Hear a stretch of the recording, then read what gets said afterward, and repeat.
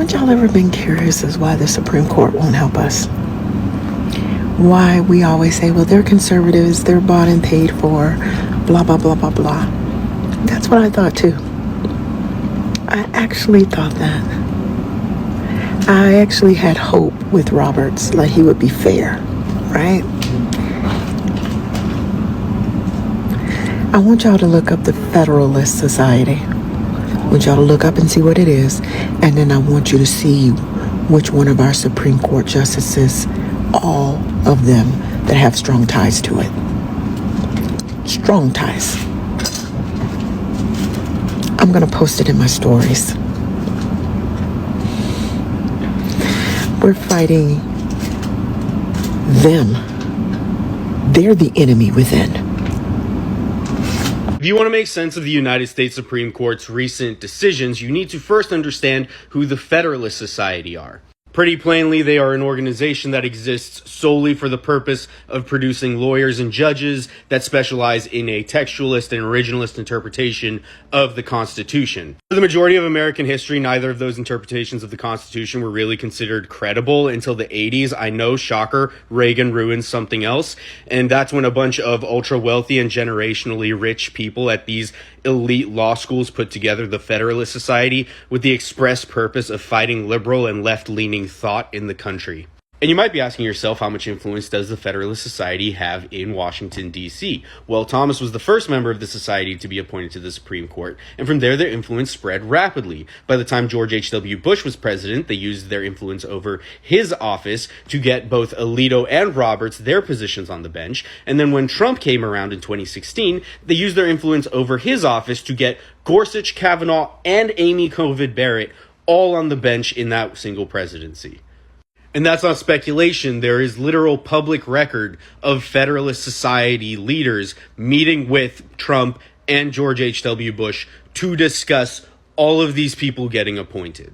Now, Roberts actually denies being part of the Federalist Society, even though he was heavily involved with it earlier in life, so that's a bit weird. But ultimately, the Federalist Society is these guys' bosses. They do not answer to Congress. They do not answer to the president. All that these 6 people care about is the Federalist Society and the billionaires who fund said Federalist Society. They will rule against any environmental protections that will cost billionaires more money in the form of regulation adherence. They will rule against student loan forgiveness because student loans are a never-ending tap that billionaires are drawing from. Like when this guy's accepting bribes, who do you think he's accepting bribes from? The guys who are running the Federalist Society. If a machine was invented tomorrow that turned poor people into crude oil, this court would rule it as completely legal and within constitutional bounds. Because that's who they actually answer to. Ultra-wealthy billionaires. They do not care about legality or the Constitution.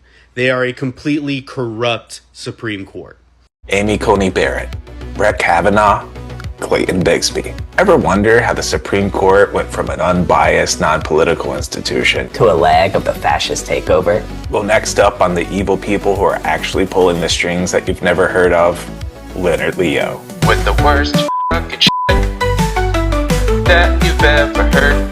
Maybe you have, maybe you haven't heard of the Federalist Society, but it's where Leo rose to prominence in the 1980s. It began simply as a douche group on college campuses. Its mission? Train and network conservative lawyers and judges who rejected a liberal way of thinking. Oh, those college campuses radicalizing our kids. What began as a campus debate club for douches became one of the most powerful legal pipelines in America for douches. Every Republican president since Reagan has leaned on the Federalist Society to vet and promote judicial nominees. And it's worth saying again, the Supreme Court is supposed to be non-political. That was like the whole reason for it. Put aside the party yada yada, call it straight down the middle. But that is beyond dead. Leo helped build a system where judges were pre-screened for loyalty and then rewarded with a lifetime of power. They were handpicked, financially backed, and placed in courts to deliver rulings that line up with the interest of the wealthy donors who bought their robe for them.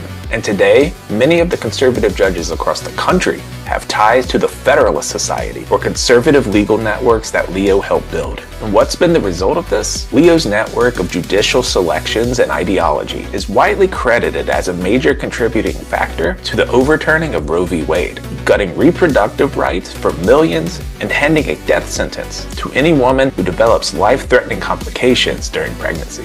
These networks have also funded lawsuits to weaken environmental protections, worker rights, voting rights. Again and again, these judges shift the courts away from justice and towards corporate power.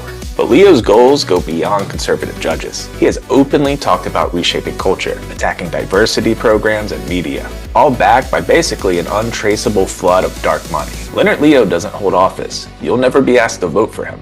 But he holds more power and influence than any senator, governor, or president. Because boiled down to a simple statement, he owns the Supreme Court. He and those like him live in their own society where power is locked in by money, where the wealthy rule from behind the curtain, and where justice means whatever they wanted to at the moment. So what does a country do when its highest level of court, its final say on law, the people that define what can and cannot happen in this country, has been hijacked by hate-filled oligarchs? We're gonna find out. When people talk about billionaires ruining the world, it's not always the loud, vocal Elon Musk of the world. Some billionaires' parents gave them hugs. But if you want to play all the right-wing donor hits, not paying taxes, moving dark money into politics, funding rights being taken away, climate change denial, it's time for you to Google Barry Side. With the worst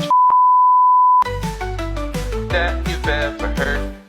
Barry Side is a Chicago industrialist. He looks like a guy who posts all caps lock Facebook rants about how soft this generation is, and then his follow-up post is him weeping into the camera because the Starbucks barista wouldn't let him use a slur for his order's name. It's fine, they found a workaround for a different racially disparaging name on the Starbucks cup, Charlie Kirk.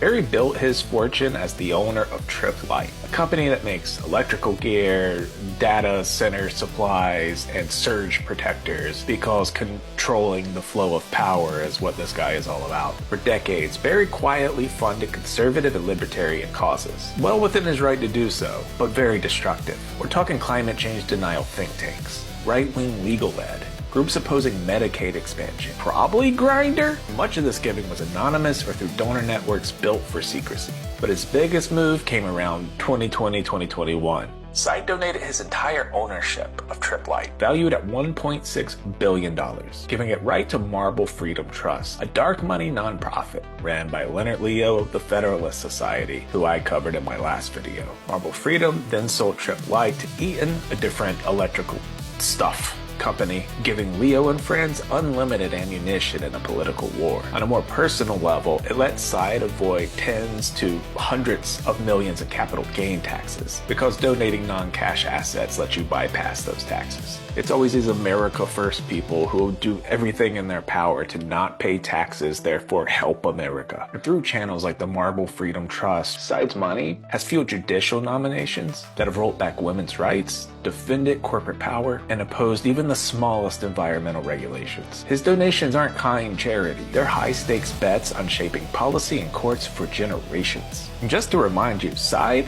is not a politician, but he is a shining example of someone that doesn't need the spotlight to affect your life. He shows how politicians are little more than buffers between the people and those who do the real damage in this country. Side's fortune was given away to help conservatives control the Supreme Court, and there is no surge protector for their lifetime of power. There's a Marxist theorist, Antonio Gramsci, who talked about how the left or leftists, radicals, should sort of focus on infiltrating big institutions. And his idea right after Mao was this idea of the long march through the institutions. And I think it's impossible now to look at universities and think they pulled it off. Like that strategy really, really worked. In a sort of mirror image way, do you see yourself as having done something similar? That's the approach. So what you do is you look for choke points in society. And the academy was the one the left went for first, which was really smart, right? Because all the captains of industry, all of the major journalists, all of the major politicians, right? They're all going to be going to elite universities, right? You're going to infiltrate those institutions. You're going to feed them all this garbage, and then they're going to come out and they're going to believe in it, and they're going to do what you want them to do. So it was a really good approach. And, I mean, yeah. Like so their I saw investment that. paid off. Yeah, their investment paid off big time, right? But, so they took the universities, you took the law? Well, I think we are taking the law, yes. Are you a member of the Federalist Society? I am not a member of the Federalist Society. But you are a Republican, though, aren't you? I am a registered Republican. Yes, sir. And you're doing everything you can do to get President Trump reelected so that you can get appointed as a federal judge or perhaps to another position in the Department of Justice. Isn't that correct? Congressman, I have no such aspirations, I can assure you, and I can tell you that partisan politics had no place whatsoever in my work. It had no place in the investigative steps that I took. It had no place in the decision that I made, and it had no place in a single word of my report. I was literally down a rabbit hole researching the Federalist Society and its connection to Project 2025, how that led me to originalism, Opus Dei, and SCOTUS. And stay with me on this one because I can already tell you that this has twists and turns, and it starts with the Federalist Society. The Federalist Society was founded around the Reagan era. It began in law schools by a group of law students who believed that conservative values were superior. And their primary focus has been to shape the judicial system in our country. And when you go to their website, they list Mitch McConnell as one of their contributors and one of their heroes. And don't forget that when McConnell came on the scene, he promised to deliver the judicial system. He has been working over 40 years to turn our judicial system into the hands of the Christian nationalists. So based on that alone, you can see how deeply involved the Federalist Society is in our politics. It's also important to know that the Federalist Society beliefs are rooted in originalism. Originalism is a type of judicial interpretation of the Constitution. They believe that the Constitution should be interpreted and understood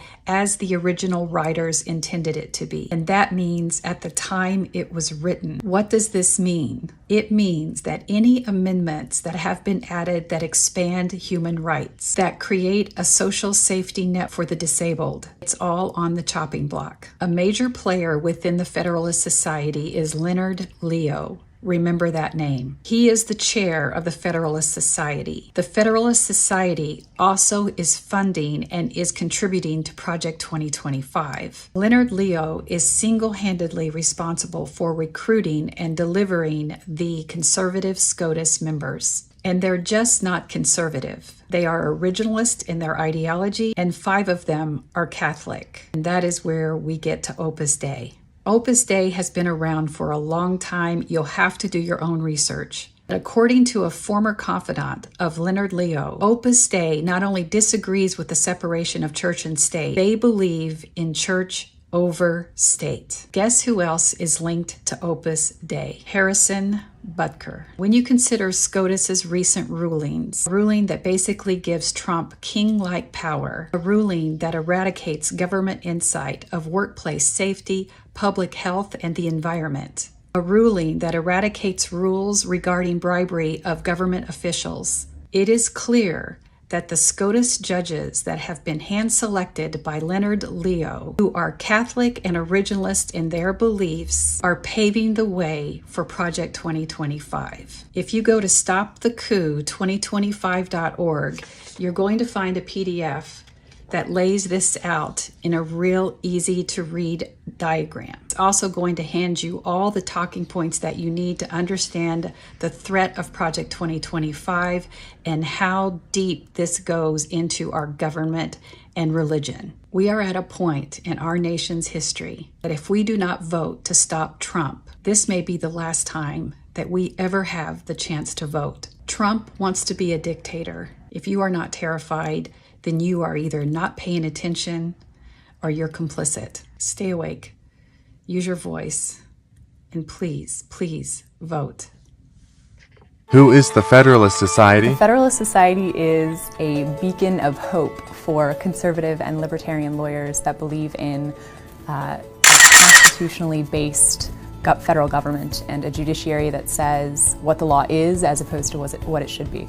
The Federalist Society is the only organization fully 100% committed to unrestrained, no-holds-barred debate of the most important issues and ideas at the forefront of the legal profession. FedSoc stands for both advocating for limited government principles as well as the spirit of open debate and forum and letting the people decide after they hear information what side they fall on.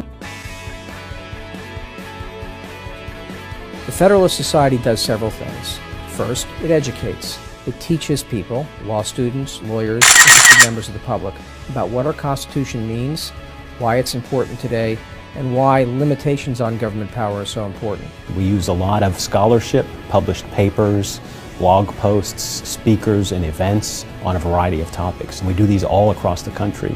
One of the core aspects of what the Society does is to engage in a lot of student programming at law school campuses across the nation. We bring in speakers from both sides of any particular legal question or issue to have a serious, high-profile debate on those legal and policy issues that are really important for the country and our community as a whole.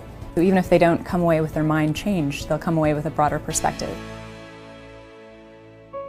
The Federalist Society was founded in 1982 by a group of law students who wanted to discuss ideas that weren't taught on their law school campuses. We were very frustrated to find that on the law school campuses there was no conservative or libertarian student organization. So a group of us thought at Chicago that we might start something where that would happen. We decided early on that to present conservative ideas, if we just had people come in and speak about them, one, you'd get a limited audience. And, let's present both sides. The Federalist Society has 75 lawyers chapters around the country, which host over 350 events per year. Lawyers chapters are composed of members who are at all stages of their legal career, from young associates all the way through people who have been practicing for years. They work in the private sector, they work at firms, they have a variety of different roles in the legal community. We also have national practice groups, which address large areas of the law like religious liberties, administrative law, litigation, free speech. We also have a faculty division. You do not remain a good or a free society without a lot of work. Our people are involved because they want to make for a better society. It's a really wonderful opportunity to be engaged with the legal community in a deep and intellectual way. I'm tired. I'm fucking tired. I'm done. What if I told you that the single most destructive force in this country isn't incels with a podcast? I mean, it's not that. It's think tanks. With the worst that you've ever heard. You probably don't remember voting for the Heritage Foundation, AEI, or Cato Institute. Some of you may not even know their names, but they have shaped your life more than any elected official has.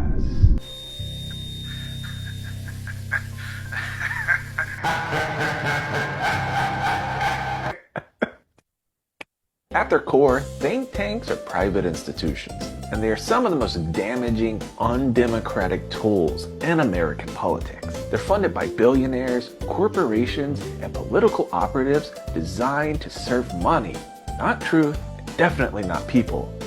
Like the RNC. You ever wonder how all these buzzwords and talking points magically appear at the same time overnight? The talking points that land on CNN, Fox News, and MSNBC. Well, think tanks write those talking points and buzzwords. They train the pundits, talking heads, and influencers, and they do it all behind the guise of neutral expertise. But it's anything but neutral. It's marketing. It's manipulation. Like when people told you Drake was a good rapper. Take the Heritage Foundation. Born in the early 70s to push a far-right, corporate-first agenda. They helped gut welfare in the 1990s, framing poverty not as a failure of policy, but as a failure of character. They're the ones that push a narrative that public safety nets and public services aren't help, they're a handout.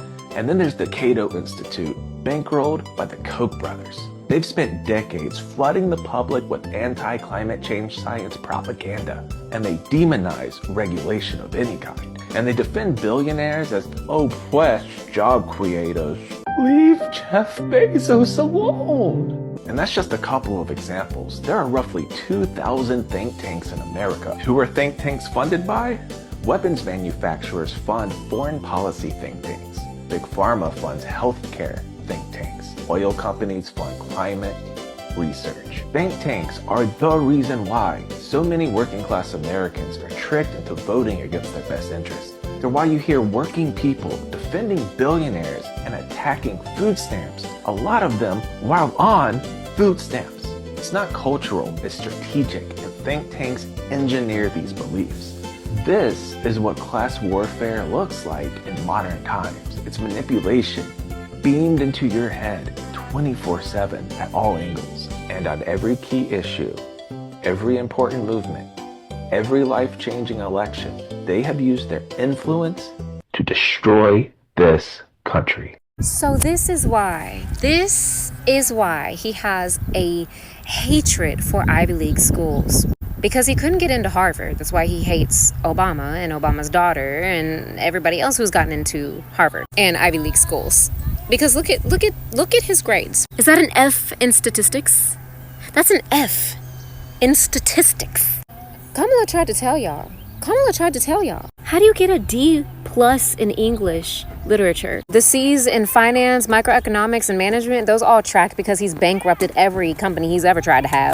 And he owed a lot to his bankers, debtors, creditors, whatever the case may be. Yeah, so this makes a lot of sense. This track and the 1.28 GPA, now it's all making sense. This is the fool leading the rest of the fools. And y'all really said this man was qualified.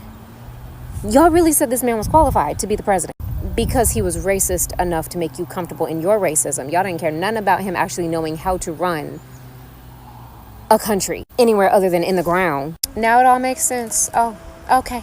Harvard was a school designed to train people into the religion called ministers in order to study the Bible, in order to spread the truth of the Bible. Now, Harvard then would encourage development of other universities, Yale, Princeton, okay? And collectively, they would be known as the Ivy League. Okay? So this is how the Ivy League started, because America was founded as a religious colony, and everyone needed to read the Bible, so they needed places to study the Bible. And so they founded Harvard, and then Yale, and then Princeton. Okay? But over time, as America became more wealthy, it became also less religious.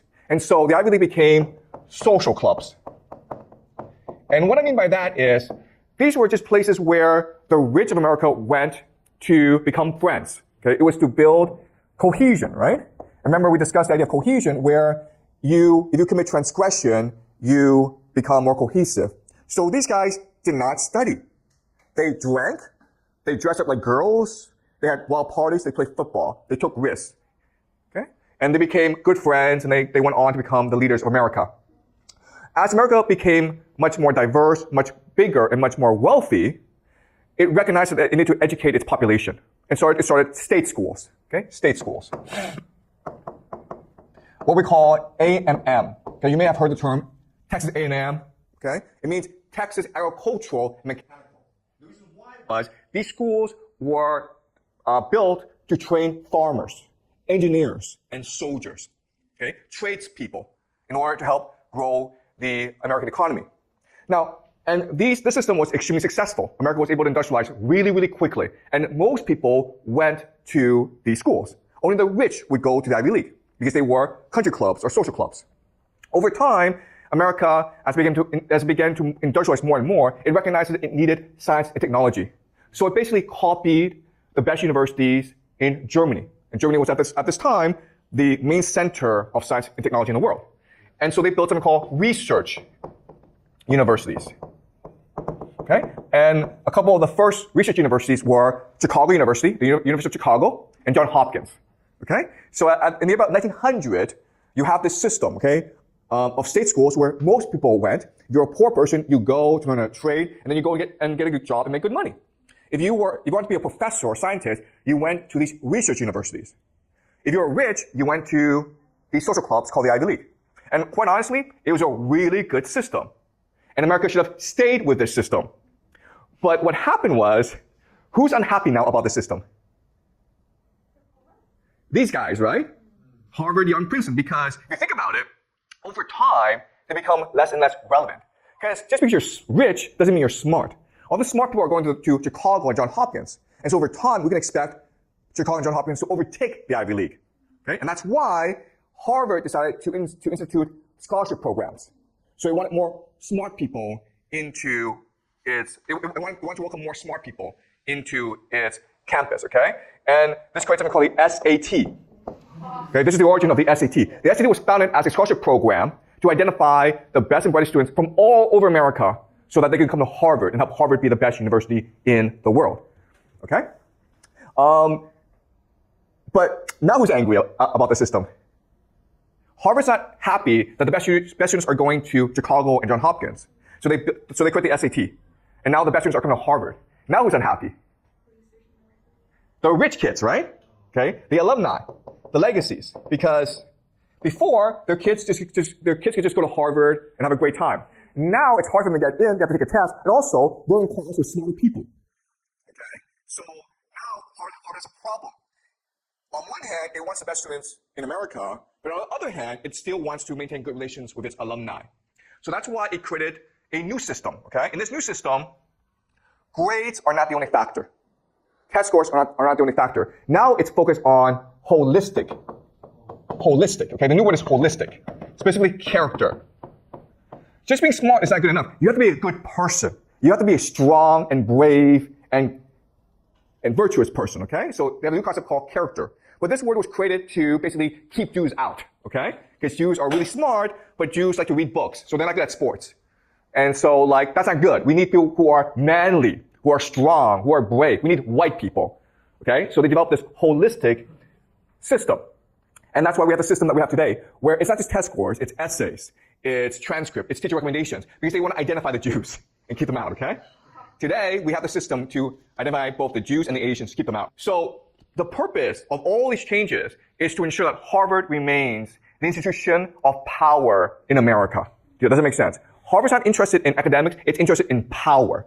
Therefore, it must ensure that the people who come to Harvard are the ones who are most likely to succeed. Now, in this new system, there are two key concepts. The first key concept is the idea of secrecy. Okay? Secrecy just means I'll never tell you why I let you in or why I didn't let you in. I don't have to, okay? The other is the idea of discretion.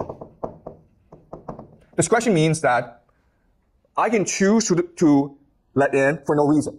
Okay, so in China, if you get a really high score on the Gaokao, Beida or Tsinghua has to let you in. Not in America. You can be the best student in the world. They don't care. If they don't like you, they'll just say, we don't want you. Okay? They have their own institutional reasons to let you in, and they'll never tell you. Right? And the system was created to ensure that Harvard is able to recruit the best students in the world. But what's important for us to remember is, from Harvard's perspective, best just means the most likely to succeed, not necessarily the best academically oriented student, not the smartest student, okay? So let's run a thought experiment, okay? Let's just say that you are a Harvard admissions officer, and you're presented with 4 students. Okay? You're Harvard, the best university in the world. Okay? And I give you 4 students. And you're going to let in 1 student, okay? You tell me who you let in, and I'll tell you if you're a good admissions officer or not, okay? Okay, the first is the best math genius from China, okay? Second is the best basketball player in the world, okay? Basketball player in America, okay? Okay. The third is the best student in the world. And the fourth is 3 generations of Harvard, okay? So your father, your grandfather, your great-grandfather went to Harvard. Who do you let in? You guys know the system. Exactly, okay? You don't even think about it, I let in number 4, okay? Because you know that in the world, he is the most likely to succeed. You're not interested in educating smart people. All you want to do is graduate rich people. Okay? So let's just say this guy doesn't exist. Then who do you let in? Exactly. Yep. This guy, okay? Definitely not this guy, okay? Definitely not the math genius from China, because you know that he's probably just end up as a math teacher. Right? Math professor. We don't want that. Okay? We don't want professors. We don't want lawyers. We don't want doctors. We want people who will be head of a company. We want people who will become a famous rock star. We want people who will become president of the United States. That's what we want, okay? And, so either one of these two is fine. No, okay? But we want these guys to apply because that helps us look better, right? We want people to apply so we can reject them so that our metrics look better, okay? Does that make sense? Okay, that's how the system works. All right, so let me explain why they do this, okay? Why is the system set up like this? All right, so Harvard is first and foremost a venture capital firm, okay? Okay, you're an investment firm. So let's pretend you're a venture capitalist, and I give you two options, okay? And you tell me which option you pick. Option one is, I want to open a restaurant, and I need $1 million from you. Okay? But guess what, guys? My uncle works for the government. So I can guarantee that he and his friends will come to my restaurant every single day. And so there's no risk. There's absolutely no risk involved. I guarantee we'll make at least $500,000 a year. No risk, easy money, okay? Number two is, let's start a website. It's AI and Bitcoin. Problem is, I don't know how to write code. I have no experience doing a website. And my idea isn't really fleshed out. But if it works, we can make $1 billion, guys, okay? So, option one is low risk, really good plan, solid returns, $500,000 a year, okay? Option two is concept, vague idea. I have absolutely no experience doing any of this, but we could possibly make $1 billion, okay? Which option do you take? Okay. You always take this, guys, okay? Right? Because, you don't need $500,000. That's boring. You want $1 billion. And that's the mentality of Harvard. You understand? They want to take a risk on you. They don't want students who are solid and who become a professor. That's boring, okay? They want crazy people who will change the world because that makes Harvard look good. Okay, another way of saying this is they rather have a class where 10 people succeed and 999 fail rather than 1,000 people succeed slightly. Does that make sense? Okay? Why? Because we only remember the 10 people who succeed. We forget everyone else. Okay? That's the Harvard mentality. And that's why they're the most famous university in the world. Because they're looking to create as much brand name recognition for themselves as possible.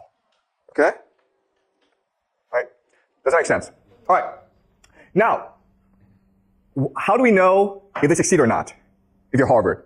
Well, remember the concept we learned last class, which is dissociative personality disorder. And what we discussed last class is, in a game, people who are most likely to succeed have this characteristic.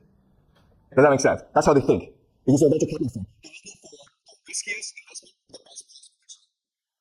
They're looking for people who can become president of the United States, who can change the world, who can make a name for themselves. Because if they do that, that makes Yale look good. So you remember the name, okay? It's all about brand name recognition. Okay? Does that make sense? All right. Okay. So you're like, okay, well, this is fine. And what's wrong with the system, okay? Why would this be a bad thing? It works. Why would this be a bad thing?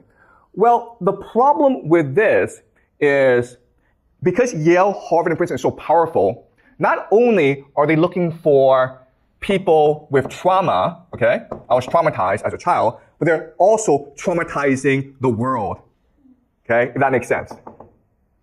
All right? So the meritocracy exists to find people with trauma. And because it exists, it's traumatizing the world. Okay, so let's explain how and why. So let's look at university, Yale. Then we'll look at high school. Okay, then we'll look at parenting. Okay, so you think, oh, you're getting to Yale, you can just coast, you're happy. Life is simple. Okay, the fact of the matter is that when you get to Yale, Yale is actually the Hunger Games. Have you read the book, The Hunger Games? It is a relentless competition. Because once you're in Yale, you're still competing. But now you're competing against the most competitive people in the world, okay?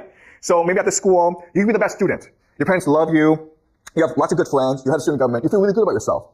You go to Yale, and you recognize that you're a nobody. Your parents are far away. And you're now in competition with the best students from all around the world who all want to kill you. Because it's a zero-sum game, okay? Only the strongest survive.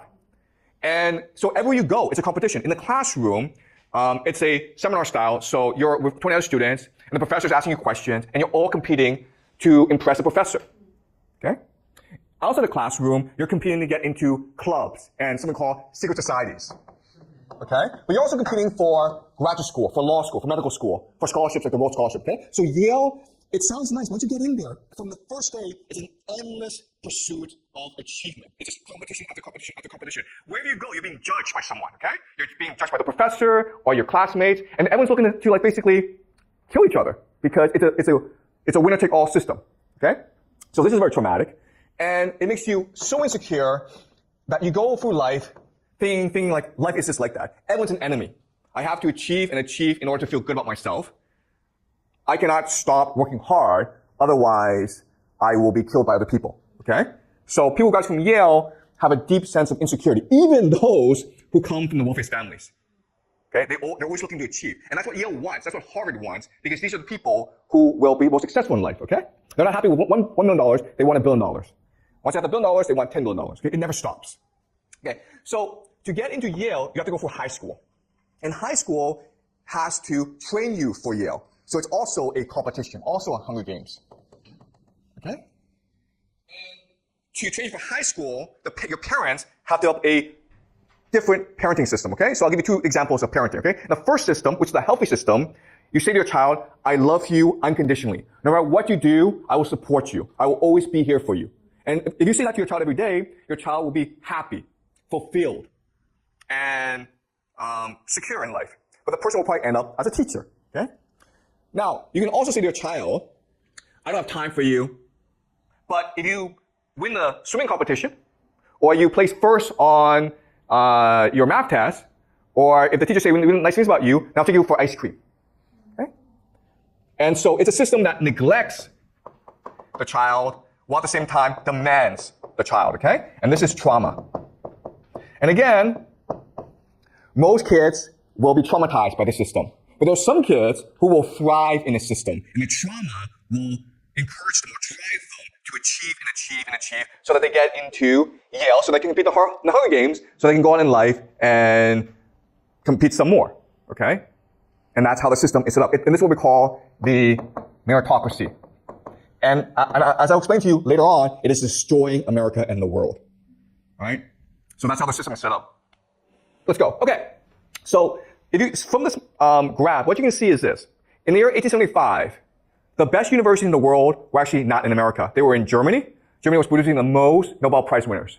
Second was France, followed by the UK, okay? And America was non-existent.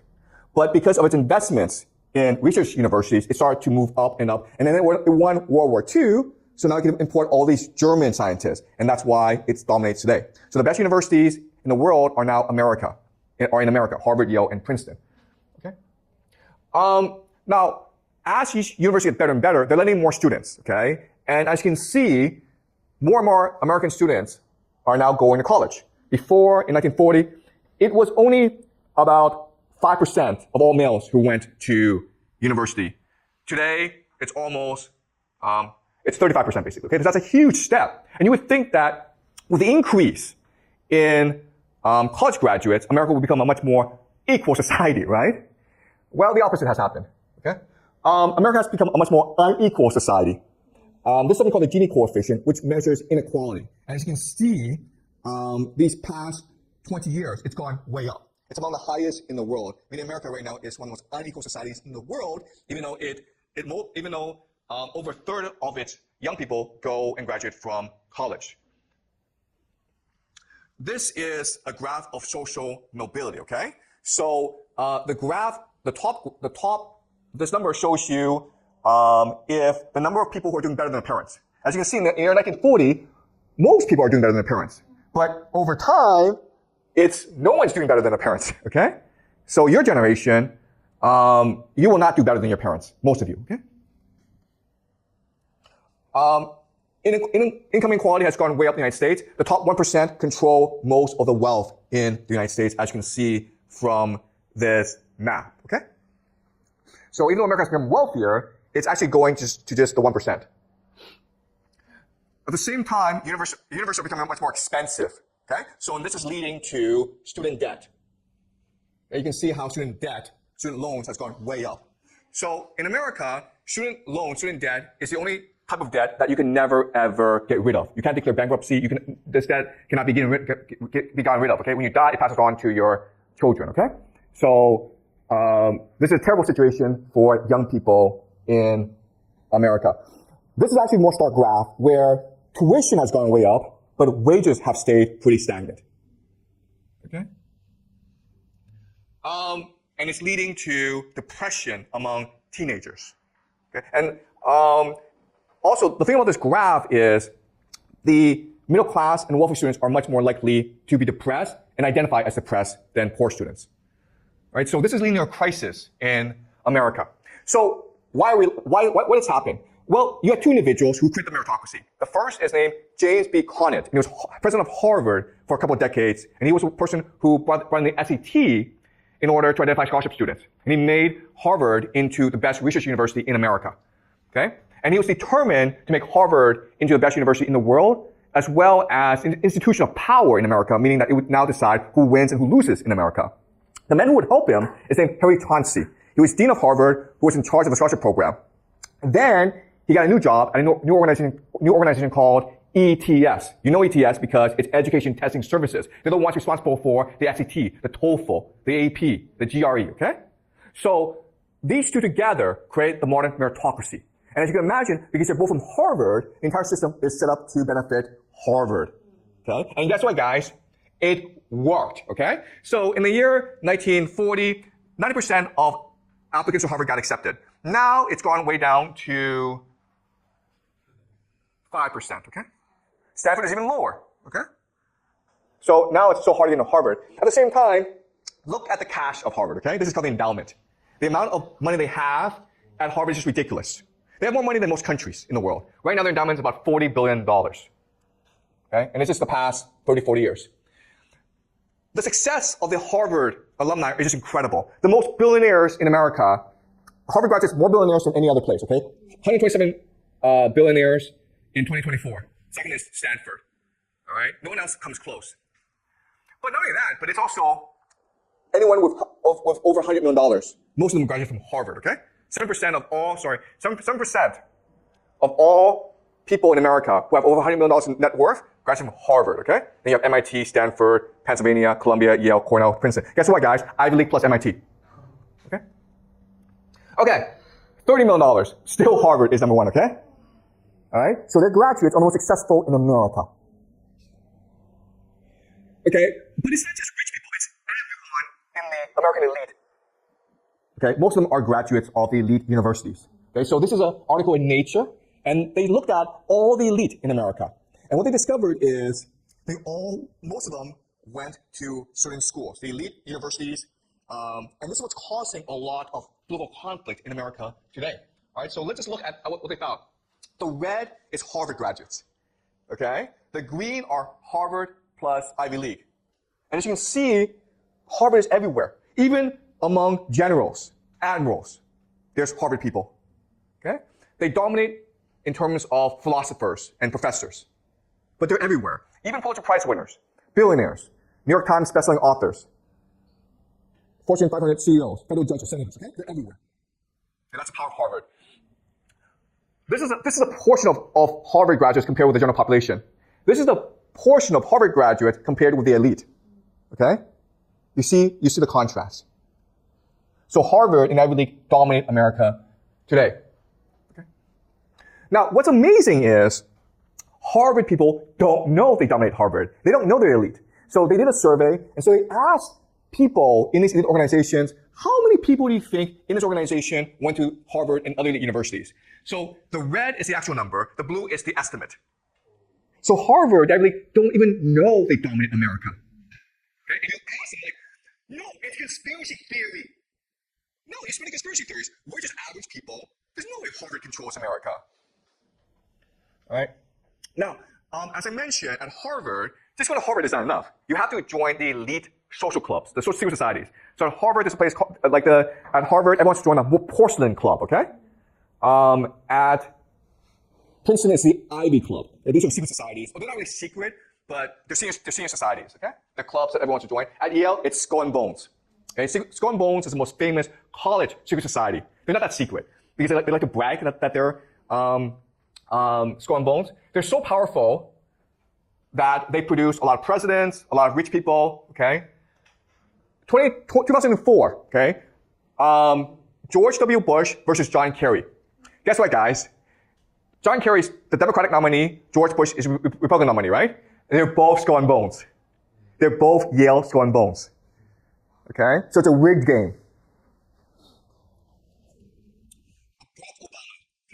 Barack Obama came to Harvard Law School, but he promised hope and change.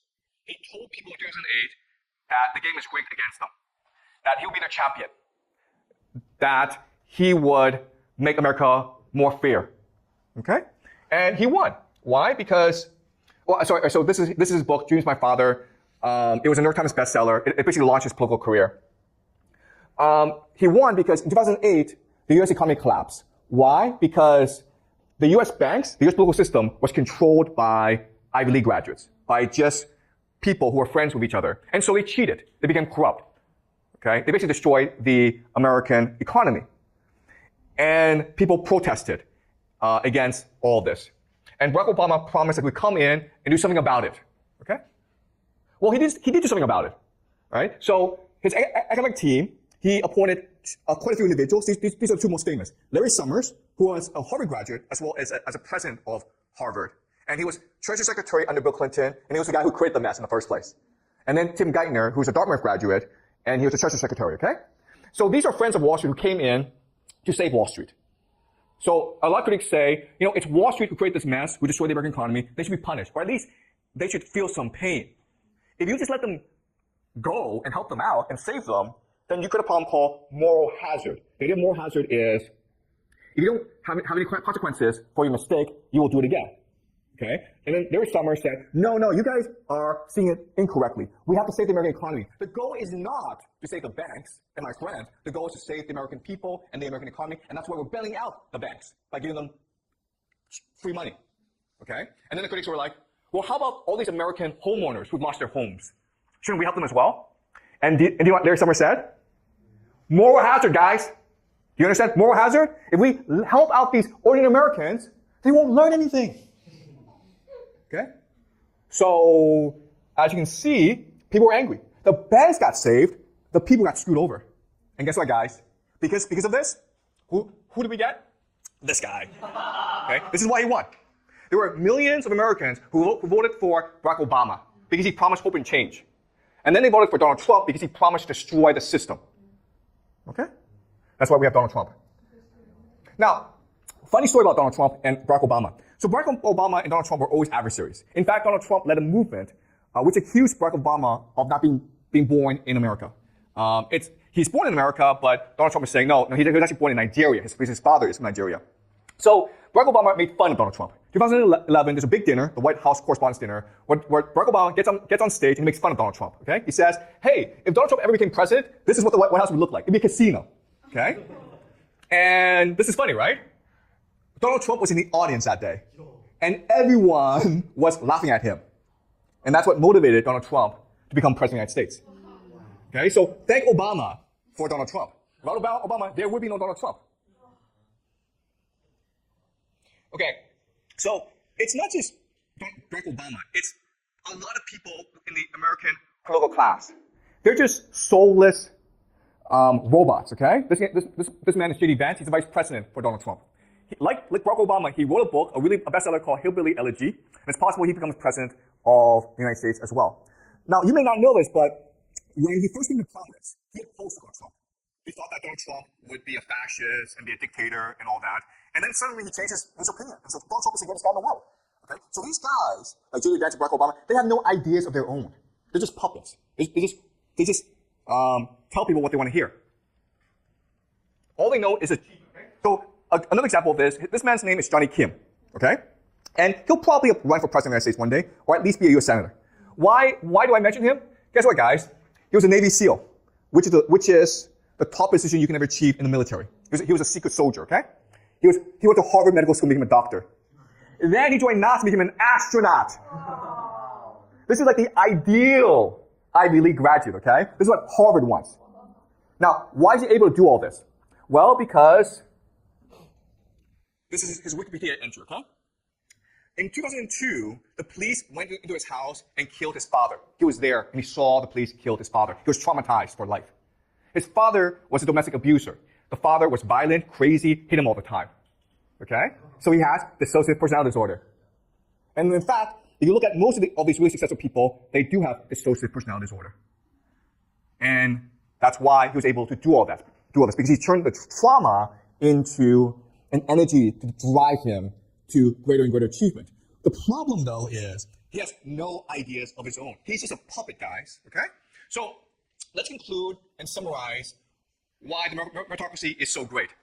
It creates this extreme inequality in America, okay? So it destroyed the school system because all people care about are their grades now, right? People don't even care about learning anymore. All they want are the grades. In fact, if you get a bad grade, you'll probably complain to the teacher. In which case, the teacher's now afraid to teach you because if the teacher tries to challenge you, make you a better student, you'll just complain, okay? And if you don't succeed, your parents will come and complain, okay? Traumatized children, okay? Okay? If you look at the rate of mental illness in China, in America, it's just insane.